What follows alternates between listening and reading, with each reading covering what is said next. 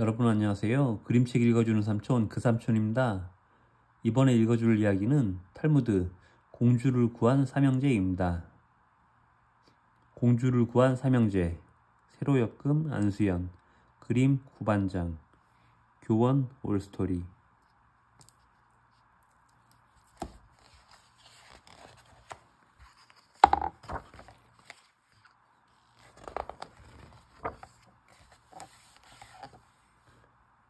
먼 옛날 어여쁜 딸을 가진 임금님이 살고 있었어요. 왕비를 일찍 잃어서인지 임금님은 공주를 유난히 아끼고 사랑했지요. 그런데 그만 공주가 병에 걸려 덜컥 자리에 눕고 말았어요. 여봐라, 어서 의원을 불러오너라. 걱정이 된 임금님은 큰 소리로 명령했어요. 신하들이 서둘러 가장 용하다는 의원들을 불러왔지만 공주의 병은 전혀 낫지 않았어요. 대체 이를 어쩌면 좋단 말이냐. 임금님은 안절부절 못하며 발만 동동 굴렀지요.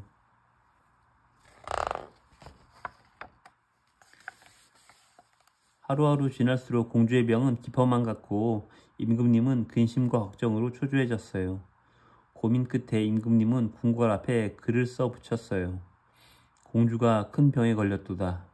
공주의 병을 고쳐주는 사람은 사위로 삼아 훗날 이 나라의 왕위를 물려주겠노라. 글을 읽고 난 백성들은 두세씩 모여 웅얼거렸어요. 공주님의 병을 낫게 해드리면 임금님의 사위가 된다고? 게다가 왕위까지 물려받는다니 정말 대단한데? 하지만 이름난 의원들도 못 고치는 병을 어떻게 고칠 수 있겠어?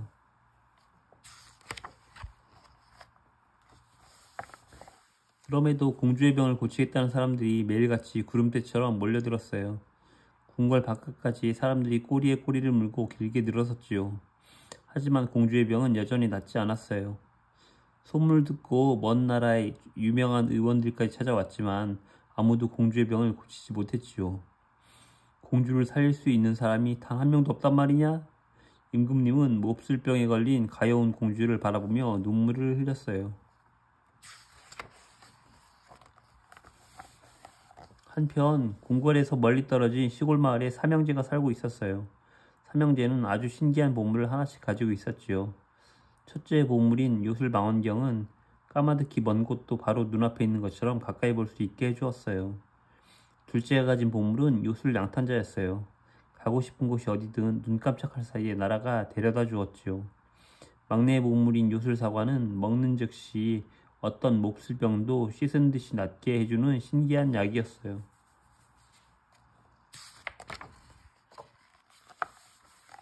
어느 날 요술망원경으로 세상 이곳저곳을 살펴보던 첫째가 동생들을 큰 소리로 불렀어요.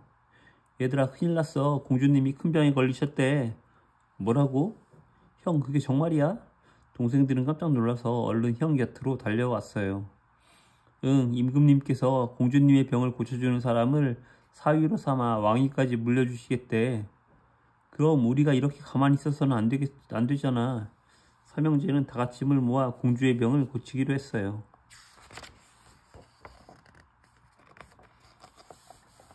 얘들아, 빨리 궁궐로 떠날 준비를 하자. 첫째가 동생들을 재촉했어요. 걱정 마, 형. 내 요술 양탄자를 타면 궁궐까지 금세 갈 수 있어. 둘째가 재빨리 요술 양탄자를 펼쳤어요. 삼형제가 모두 요술 양탄자에 올라타자 둘째가 요술 양탄자를 향해 힘껏 외쳤어요. 출발! 요술 양탄자는 하늘로 훨훨 날아올랐어요. 그러고는 정말 눈 깜짝할 사이에 궁궐 앞에 도착했어요.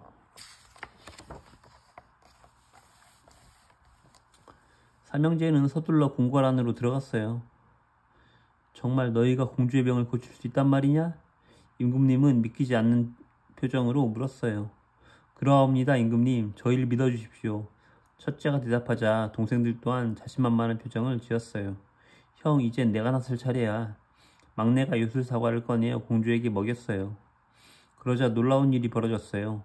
요술 사과를 먹은 공주가 아무렇지도 않게 기지개를 켜더니 단잠에서 깨어나듯 자리에서 일어나지 뭐예요? 오, 사랑하는 내 딸아, 네가 이제 살아났구나. 임금님은 기쁨에 겨워서 공주를 꼭 끌어안았어요. 그 모습을 지켜본 신하들도 기뻐서 어쩔 줄 몰라 했지요. 여봐라, 공주의 병이 씻은 듯이 나았으니 큰 잔치를 열도록 하여라. 임금님은 몹시 기뻐하며 신하들에게 큰 소리로 외쳤어요. 궁궐안은 이내 흥겨운 잔치로 들썩였어요. 소식을 전해 들은 백성들도 자기 일처럼 기뻐했지요. 그런데 임금님은 또다시 고민에 빠졌어요. 삼형제 중에서 누구를 사윗감으로 택한단 말인가? 그때 첫째가 요술망원경을 들어보이며 말했어요. 임금님, 만약 제 요술망원경이 없었다면 공주님이 병에 걸리셨다는 사실조차 몰랐을 것이옵니다. 임금님이 편찮으시다는 걸 알지 못했다면 요술 양탄자나 요술 사과가 있은들 무슨 소용이었겠습니까? 그러자 둘째가 요술 양탄자를 펼쳐보이며 말했어요. 임금님, 제 말을 들어주십시오. 공주님이 병에 걸리셨다는 것을 알았다 해도 제 요술 양탄자가 아니었다면 이 먼 곳까지 어떻게 이렇게 빨리 올 수 있었을 것이옵니까? 어쩌면 저희가 오기도 전에 공주님이 돌아가셨을지도 모르는 일 아니겠습니까? 그러므로 공주님은 저와 결혼을 하셔야 합니다.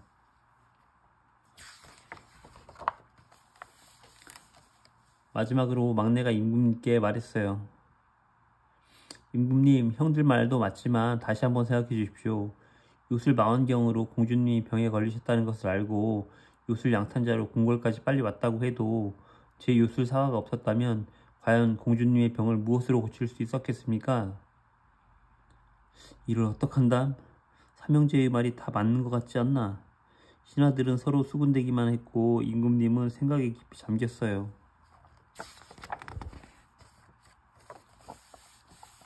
자, 이제 결정했소. 삼형제 중 막내를 사윗감으로 택하겠소. 신하들이 의아한 표정으로 그 이유를 물었어요. 삼형제 모두 공주의 병을 고치는데 큰 도움을 준 것은 사실이오. 하지만 첫째와 둘째는 여전히 자신의 보물을 가지고 있지 않소. 그런데 막내는 공주에게 요술 사과를 주었기 때문에 보물을 가지고 있지 않다오. 공주를 살리기 위해 자신의 소중한 보물을 아낌없이 바친 막내를 사위로 택한 것은 그 때문이오. 임금님의 결정에 그제야 공주가 방긋 웃으며 고개를 끄덕였답니다.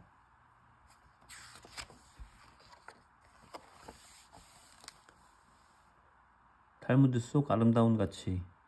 여러분이 임금님이라면 삼형제 중에서 누구를 선택하고 싶은가요? 여러분 또한 임금님이 현명한 결정을 했다고 생각하나요?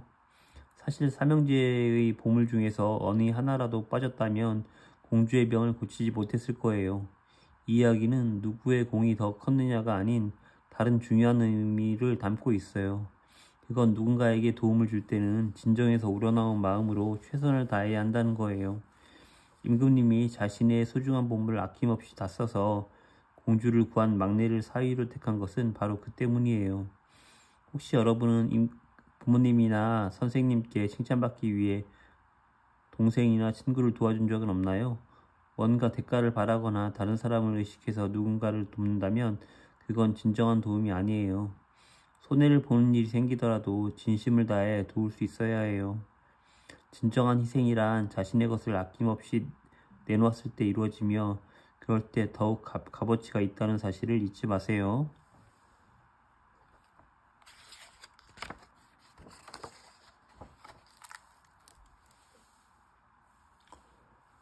여러분 시청해주셔서 감사합니다. 그 삼촌 채널에서는 재밌고 유익한 이야기를 많이 읽어줄 예정입니다. 구독과 좋아요 부탁드립니다. 그럼 다음 이야기에서 봐요.